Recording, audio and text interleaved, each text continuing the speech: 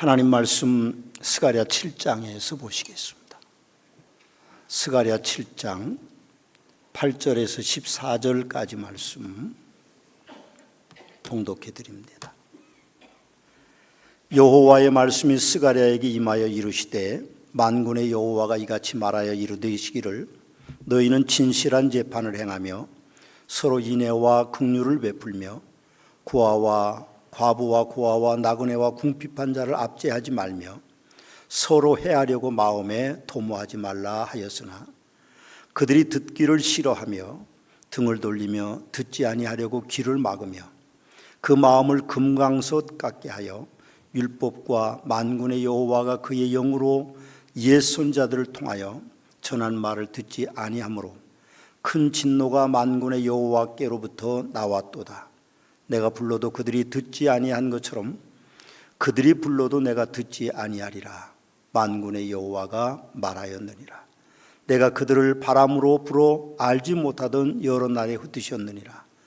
그 후에 이 땅이 황폐하여 오고 가는 사람이 없었나니 이는 그들이 아름다운 땅을 황폐하게 하였음이니라 하시니라. 아멘.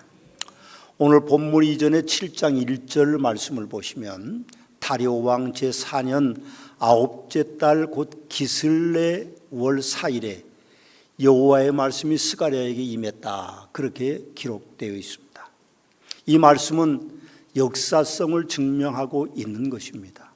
그동안 스가랴는 8가지 환상에 대한 말씀을 증거했습니다. 사실 그 환상은 스가랴 혼자 본 것이고 백성들은 아무도 그것을 본 적이 없었습니다. 그러니 당연히 백성들 가운데는 그 환상에 대한 어떤 신뢰도 같은 것이 정확하지 않았을 거다, 저는 그렇게 생각합니다. 그래서 오늘 스가랴 선지자는 다리오 왕제 4년 9째 달 곧 기슬레월 4일이라는 그 기간을 말씀하고 있는 것이라고 봅니다. 특별히 2절 말씀을 보시면 사람들의 이름들까지 기록되고 있고 그 사태의 확실성을 확인하고 있는 것이죠. 특별히 1절에 다리오 왕 4년 9째 달이라고 하는 표현은 에스라 6장 15절 말씀을 가서 보시면 성전 건축을 명했던 그 다리오 왕의 칙령이 내려온 그때를 말씀하고 있기 때문에 그 환상이 정확하다고 하는 내용을 담고 있다고 우리가 볼 수 있습니다. 베델 사람인 그 사람들이 제사장에게 그렇게 묻습니다. 선지자에게 또 물었습니다. 내가 여러 해 동안 행한 대로 5월 중에 올며 근신하리까 하고 그렇게 물어옵니다. 아마도 이스라엘이 남북 왕국의 패망을 기억하면서 70년 동안 패망한 나라의 백성들이 바벨론 제국에 가서 살면서 북왕국이 멸망한 그 해, 그리고 남왕국이 멸망한 그 달들에 대해서 그들이 금식하며 울며 아마 기도했던 것 같습니다. 그 새로운 절기를 지키는 일들이 이제 본토로 돌아왔는데 지금도 해야 되느냐 하는 그들의 질문이 있습니다. 사실은 돌아왔지만 자유롭지를 못했습니다. 풍요롭지도 못하고요. 항상 위태로웠습니다. 항상 그들은 갈등이 있었습니다. 그러니 그 백성들 가운데 베델 사람들이 먼저 나서서 우리가 70년 동안 바벨론에서 행했던 그 금식하고 우는 절기를 지금도 해야 되느냐 하고 그렇게 질문했던 것이죠. 하나님께서 스가랴를 통하여서 대답하셨습니다. 너희가 70년 동안 5째 달과 7째 달에 금식하며 애통하였거니와 그 금식이 나를 위하여 하나님을 위하여 했느냐, 그렇게 물으시는 겁니다. 그러면서 하나님은 너희가 먹고 마실 때에 그것은 너희를 위하여 먹고 너희를 위하여 마시는 것이 아니냐, 그렇게 말씀하셨습니다. 여러분, 백성들이 금식하고 우는 절기를 70년 동안 지켰지만 그들은 스스로 독립하지 못했습니다. 그리고 포로에서 헤어나지도 못했었습니다. 그리고 또 나라를 세우지 못한 채 돌아와서 본국에 이제 압제당하는 백성들로 다시 금식하고 우는 절기를 지키려고 하고 있는 것이죠. 돌아온 백성들이 필요한 것은 금식하고 우는 절기 중 형식적인 전통보다는 그들에게 필요한 것은 성전을 건축하고 그리고 백성들의 단합을 꾀하고 그들이 당하고 있는 한계를 극복하라는 열정이 그들에게 있어야 되는데 그들이 그런 능력이 없으니까 70년 동안 해왔던 대로 금식하고 울고 그런 것들을 하려고 시도하고 있습니다. 그러나 우리가 분명하게 기억해야 될 것은 그리스도인들은요, 본질에 충실해야 됩니다. 그리스도인들의 본질이 무엇입니까? 예배를 가장 우선순위에 놔야만 됩니다. 예배를 드리지 않으면 우리는 그를 그리스도인이라고 말할 수 없습니다. 그리스도인들은 모이기를 패하는 어떤 사람들의 습관과 같이 하지 않아야 된다고 말씀하고 있습니다. 그래서 반드시 예배에 출석해야 됩니다. 오늘날 그리스도인들 가운데는 예배보다도 교제를 더 중요하게 생각하고, 그리고 또 어떤 분들은 어떤 구제나 봉사나 또 선교를 더 중요하게 여기는 분들도 계십니다만, 그러나 그리스도인들의 본질은 주님의 몸된 교회에 오셔서 하나님께 엎드려 경배하는 예배를 드리는 것이 분명한 것입니다. 그래서 우리는 그리스도인의 본질을 잊어서는 안 됩니다. 그것보다도 중요한 것은 아무것도 없습니다. 심지어는 내 마음속에 원하는 것보다도 중요한 것은 우리가 엎드려 하나님 앞에 예배 드리는 것이죠. 그런데 이스라엘 백성들이 본국에 돌아와서 금식하고 또 울고 그런 절기를 지키려고 시도하는데 본문은요, 하나님께서는 그걸 원하지 않으셨습니다. 그리고 그들에게 큰 진노가 지금 임했는데 그 진노가 왜 임했는지에 대해서 하나님은 세 가지로 그 백성들에게 말씀하고 계시는 것이죠. 하나님께서는 스가랴에게 백성들과 함께 과거를 돌아보도록 합니다. 남왕국 유다가 바벨론 제국에 멸망했고 북왕국은 아수르 제국에 멸망했습니다. 참 안타깝죠? 우리는 지금 풍요로운 대한민국에 살아가고 있습니다. 우리나라가 세계 경제의 대국입니다. 10위 안에 드는 강대국에 속했습니다. 그러나 우리가 과거를 잊어서는 안 됩니다. 우리는요, 6.25에 어려움을 겪었던 나라입니다. 그리고 전쟁의 기운이 아직도 거치지 않고 있습니다. 이 땅은요, 다시는 전쟁이 없어야 됩니다. 통일이 되지 않더라도 이 땅에는 전쟁이 일어나서는 안 됩니다. 이스라엘도 우리나라와 같은 동족 상잔의 아픔을 수세기 동안 겪어야 됐습니다. 남왕국과 그리고 북왕국의 전쟁이 계속됐던 것이죠. 그러다가 북왕국은 아수르 제국의 멸망을 당했고 남왕국은 바벨론 제국의 멸망을 당했습니다. 우리가 상상해 보면요, 그 전쟁에서 패하는 것은요, 과거에는 더더욱 참혹했습니다. 백성과 군사들은 전투에서 죽임을 당해야 됐고, 적군에 의해 성전은 파괴됐고, 성벽은 무너지고, 포로된 왕은 눈을 파함을 당했어요. 끔찍한 일이죠. 바벨론 제국에서 왕의 눈을 뽑아버렸습니다. 그리고 포로로 잡혀갔습니다. 귀족들이 잡혀가고, 그리고 부녀들은 능욕을 당하고, 기술자들은 다 쓸만한 사람들은 포로로 잡아갔습니다. 본토에는요, 평민들, 힘없는 사람들이 남겨졌고, 그리고 남겨진 그 땅에는 이방 사람들을 가져다가 혼혈민족을 만드는 일들이 일어났던 것을 우리는 봅니다. 포로로 잡혀간 후에도 제사장과 레위인들은 우상 앞에서 비파를 연주하지 않기 위해서 엄지손가락을 스스로 잘랐습니다. 연주를 하지 않으려고요. 오직 하나님께만 찬양해야 되는데 우상 앞에, 그 바벨론 왕 앞에 경배를 드리고 찬양해야 되는 것이 그들의 마음속에 받아들이지 않았기 때문에 스스로 비파를 칠 수 없도록 엄지손을 자르는 그런 일도 일어났다고 합니다. 하나님께서는 나라가 망하고 포로로 잡혀가고 기적적으로 그들이 고국에 돌아왔지만 한재를 만나고 그들에게 그 이유가 있다고 설명하고 있습니다. 그 첫 번째 이유는 4절에서 6절에 기록되어 있는데 4절을 보면 그렇게 되어 있습니다. 만군의 여호와의 말씀이 내게 임하여 이르시되 온 땅의 백성과 제사장들에게 이르라. 너희가 70년 동안 다섯째 달과 일곱째 달에 금식하고 애통하였거니와 그 금식이 나를 위하여 한 것이냐? 그렇게 하나님이 반문하십니다. 너희들이 금식하고 우는 절기를 만들어서 70년 동안 그것을 시행하고 있었지만 그게 진짜 나를 위해서 한 것이냐고 하나님이 그렇게 물으시는 것입니다. 그러면서 오늘 본문 6절에 보니까 너희가 먹고 마실 때에 그것은 너희를 위하여 먹고 너희를 위하여 마시는 것이 아니었더냐 하면서 하나님이 안타깝게 반문하고 계시는 것입니다.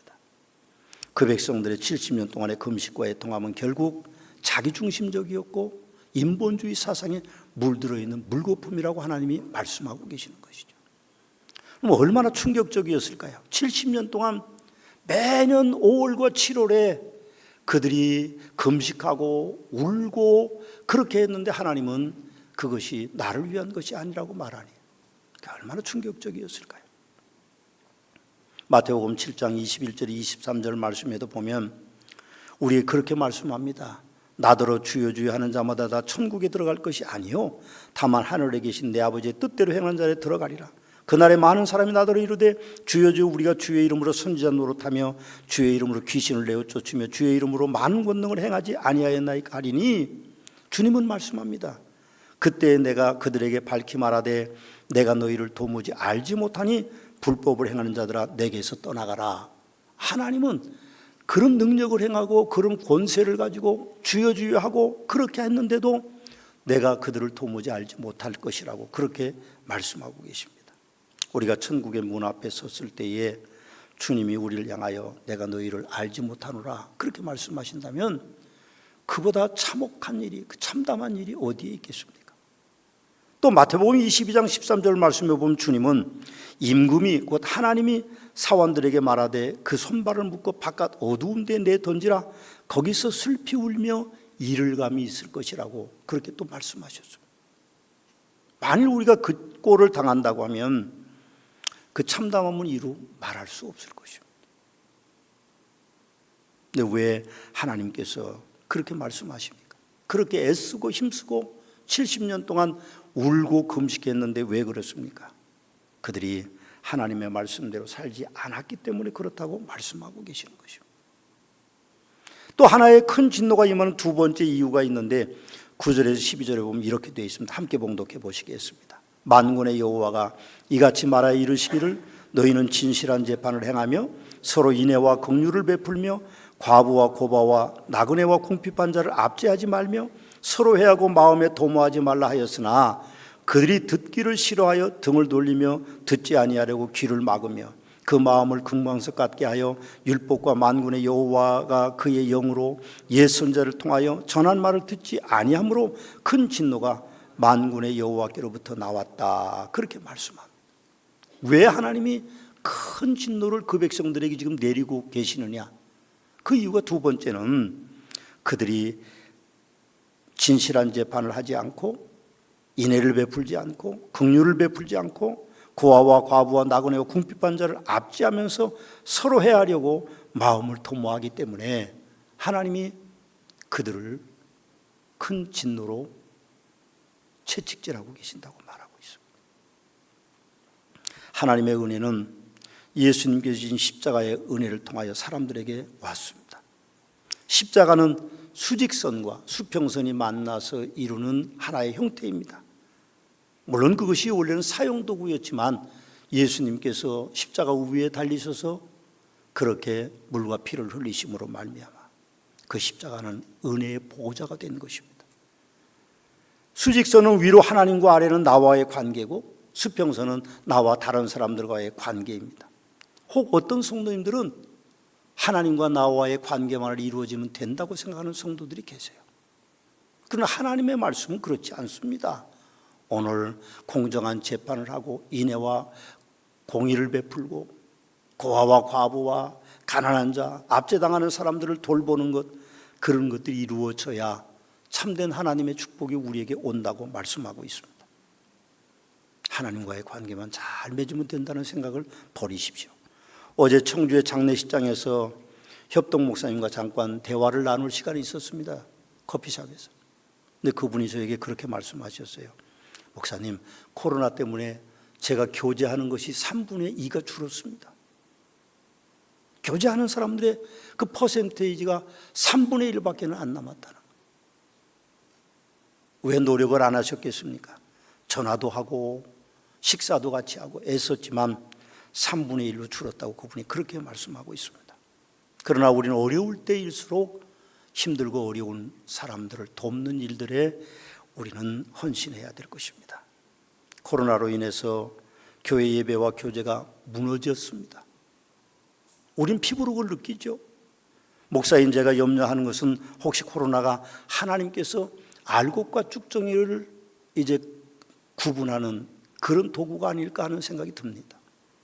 그 코로나 팬데믹 처음에 시작됐을 때에 목사들은 다 그렇게 해서는 안 된다고 생각했습니다. 그런 생각을 아예 목사들이 안 가져야 된다고 생각했습니다만 2년이 흐르면서 보면 알곡과 쭉정이가 구분되는, 알곡은 거둬들이고 쭉정이는 버려버리는 그런 일들이 하나님께서 팬데믹을 통해서 이루어지는 것이 아닌가 하는 생각이 듭니다. 솔직한 심정이 그렇습니다.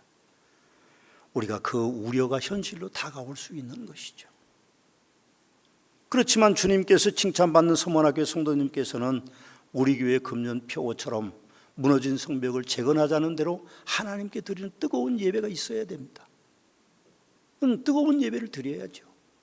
그리고 성도들의 끊임없는 사랑의 교제가 회복돼야만 하나님의 큰 진노를 우리가 피할 수 있습니다. 돌아보십시오. 내게 필요한 사람이 누구일까? 어떤 사람일까를 돌아보셔서 여러분들이 사랑의 교제를 잘 나누시고 빠짐없이 교회에 오셔서 예배 드리시면 하나님께서 우리에게 복을 주시지 저주를 베풀지 않으신다는 것이죠. 세 번째 진노가 임하는 이유가 13절에 14절에 있습니다. 함께 봉독해 보시겠습니다. 내가 불러도 그들이 듣지 아니한 것처럼 그들이 불러도 내가 듣지 아니하리라. 만군의 여호와가 말하였느니라. 내가 그들을 바람으로 불어 알지 못하던 여러 나라에 흩으셨느니라. 그 후에 이 땅이 황폐하여 오고 가는 사람이 없었나니 이는 그들이 아름다운 땅을 황폐하게 하였음이니라. 아멘입니다. 하나님이 불러도 백성들이 듣지 않았습니다. 그래서 하나님은 그들을 여러 나라에 흩으셨다고 말씀하시고 이 땅이 황폐하고 오고 가는 사람이 없었나니 그들이 아름다운 땅을 황폐하게 만들었다고 하나님이 그렇게 책망하고 계시는 것입니다. 하나님께서는 흥하게도 하시고 망하게도 하시는 분이십니다. 그리심산에서 하나님 축복을 선포하라고 명하셨고 에발산에서는 저주를 선포하라고 명령하셨습니다. 신명기 32장 39절의 말씀에 보면 이제는 나 곧 내가 그인 줄 알라. 나 외에는 신이 없도다. 나를 죽이기도 하고 살리기도 하며 상하게도 하며 낫게도 하나니 내 손에서 능히 빼앗을 자가 없다. 그렇게 말씀하고 계십니다. 하나님은 흥하게도 하시고 망하게도 하시는 분이십니다. 살리기도 하고 죽이기도 하시는 분이십니다. 여러분, 이 땅에 이유 없이 다가오는 것은 아무것도 없습니다. 축복받는 것은 다 이유가 있고 반면에 저주받는 것도 이유가 있습니다. 하나님께서는 축복의 장이라 불리는 신명기 28장에서 축복과 저주를 선포하고 계십니다. 대개 목사들이 신방을 가면 신명기 28장을 설교하는데 축복된 부분만 설교합니다. 그래서 거기에 그렇게 되어 있습니다. 내가 내 하나님 여호와의 말씀을 청종하면 이 모든 복이 내게 임하며 내게 이르리니 성읍에서도 복을 받고 들에서도 복을 받을 것이고 내 몸의 자녀와 내 토지에 소사한 것 내 짐승의 새끼와 소와 양의 새끼가 복을 받을 것이며 내 광주리와 떡반죽 그릇이 복을 받을 것이며 내가 들어와도 복을 받고 나가도 복을 받으리라. 아멘. 거기까지만 목사들은 설교를 많이 합니다. 저도 마찬가지입니다. 어느 성도의 가정에 가서 축복을 선포해야지 저주를 선포하면요, 목사의 인기가 땅에 떨어지는 것이 아니라 교회를 떠나갑니다. 그래서 저는 그렇게 못합니다. 나뿐만 아니고 모든 목회자들이 그렇죠. 그러나 15절에 19절을 보십시오. 그렇게 되어 있습니다. 내가 만일 내 하나님 여호와의 말씀을 순종하지 아니하여 내가 오늘 내게 명령하는 그 모든 명령과 규례를 지켜 행하지 아니하면 이 모든 저주가 내게 임하며 내게 이를 것이니, 하나님의 말씀을 지키지 않으면요 그 저주가 임한다는 것입니다.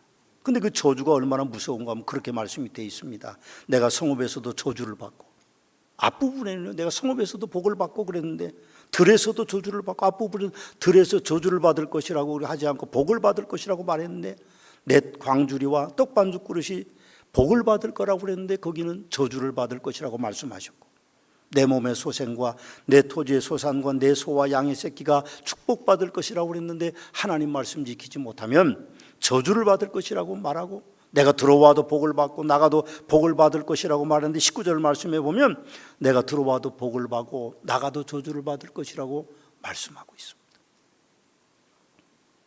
안타깝지만 축복과 저주는 공존하는 것입니다. 하나님께서 우리에게 하나님의 말씀대로 그대로 살면 복을 주시지만 하나님의 말씀대로 살지 않으면 복을 주시지 않습니다. 예수님께서도 마지막 교훈을 하실 때 마태복음 25장에 보면 사람들에게 그가 행한 대로 축복과 저주가 임한다고 말씀하셨어요. 어느 때에 병든 것이나 옥에 갇힌 것을 보고 가서 배웠나이까 하리니 임금이 대답하여 이르시되 주님입니다. 주님이 대답하여 이르시되 내가 진실로 너희에게 이르노니 너희가 여기 내 형제 중에 지극히 작은 자에게 한 것이고 내게 한 것이라 하시고 이에 임금이 대답하여 이르시되 내가 진실로 너희에게 이르노니 지극히 작은 자 하나에게 하지 아니한 것이 곧 내게 하지 아니한 것이라 그렇게 말씀하십니다. 그러면서 이 46절에 보면 그들은 영벌에 의인들은 영생에 들어갈 것이라고 주님께서 축복과 저주를 그렇게 우리에게 선포하고 계십니다. 아멘이십니다. 옳은 일이죠. 예수님의 힘보자 심판대 앞에서 곧 천국과 지옥의 갈림길에서 결국 사람은 자기 행위대로 책에 따라 기록된 대로 심판을 받는다고 요한계시록 20장 12절에는 그렇게 말씀하고 있습니다. 우리가 어떻게 살았느냐에 따라서 우리가 어떻게 하나님의 말씀을 지켰느냐에 따라서 우리에게 복이 임할 수도 있고 저주가 임할 수도 있다고 말씀하고 있습니다. 제 인기가 조금 떨어지는 듯한 느낌이 좀 받습니다. 그러나 저는 할 말은 해야 된다고 생각합니다. 깜짝 놀랐습니다. 미국의 바이든 대통령이 취임할 때 바이든 대통령이 천주교인입니다. 그런데 그 나라는 전통적으로 목사가 성경에 손을 얹도록 하고 축복 기도를 하는데 다양한 신들의 이름으로 축복한다고 했다고 합니다. 세상에 그런 일이 있을 수는 없는 것이죠. 그럼 차별금지법이 통하여서 그 나라는요 차별하면 법에 구속되게 돼 있습니다. 구속되게 돼 있어요. 우리나라도 이제 곧 그렇게 될지도 몰라요. 그러나 어떤 목사님이 어느 주지사의 취임 예배에 가서 주 예수 그리스도의 이름으로 축복합니다라고 말해서 그리스도인들이 환호했다고 합니다. 그럼 우리가 구속되더라도 할 말은 해야 되는 것이 목사의 입장이라고 생각합니다. 참 안타깝지만 상황이 그렇게 전개되고 있지만 목사는요 축복도 선포하고 그리고 저주도 선포할 수 있어야 됩니다. 그것이 하나님의 뜻입니다. 복받으라고 말해서는 안 됩니다. 저주가 있다는 말도 전해서 복받는 자가 되고 저주받는 자가 되지 않도록 하는 것이 목사의 의무라고 생각합니다. 곧 그것은 하나님의 뜻입니다. 사랑하는 서문학교 성도 여러분, 여러분과 저는 오늘 말씀을 통하여서 이스라엘의 역사를 보면서 반면교사를 받아야 됩니다. 그렇게 삼아야 됩니다. 왜 우리에게 좋은 일이 일어나고 왜 슬픈 일이 일어날까요? 하나님께는 거절하는 것이 없습니다. 무엇으로 심든지 그대로 거두게 하시는 하나님이시죠. 그렇습니다. 혹시 지금 어려운 일이 닥쳤다고 한다면 먼저 자신의 삶을 돌아보셔야 합니다. 저는 이것을 십자가의 은혜의 법칙이라고 생각합니다. 하나님과의 관계가 잘 맺었는지 사람들과의 관계가 잘 맺었는지 그렇지 않으면 우리가 복을 받지 못한다는 것이죠.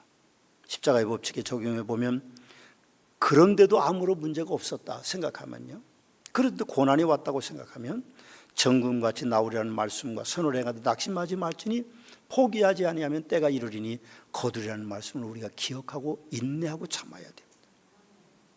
믿는 자들에게는 하나님의 축복의 때는 반드시 오게 되어 있습니다. 고난의 기간에는 많이 기도하시고요, 그리고 힘차게 찬송 부르십시오. 고난의 때가 지나가면 하나님의 놀라운 축복이 여러분들 위해 임하게 될 것입니다.